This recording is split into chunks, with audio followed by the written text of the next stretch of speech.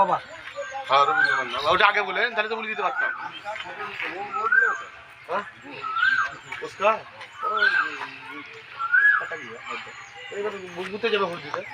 আজ থেকে নলহাটি ২ নম্বর ব্লকের ৪টি পঞ্চায়েতে বিভিন্ন গ্রামে গ্রামে শুরু হয়েছে প্রতিবন্ধী ও ৮০-র ঊর্ধ্বে বয়স্কদের ভোটদান প্রক্রিয়া।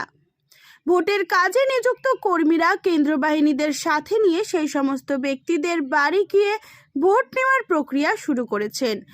কড়া পাহারার মধ্যে দিয়ে বারা ১ নম্বর গ্রাম পঞ্চায়েতের উত্তর তারাহাট গ্রামে এমনই চিত্র ধরা পড়ল। উপস্থিত আছেন সকল রাজনৈতিক দলের নেতা কর্মীরা।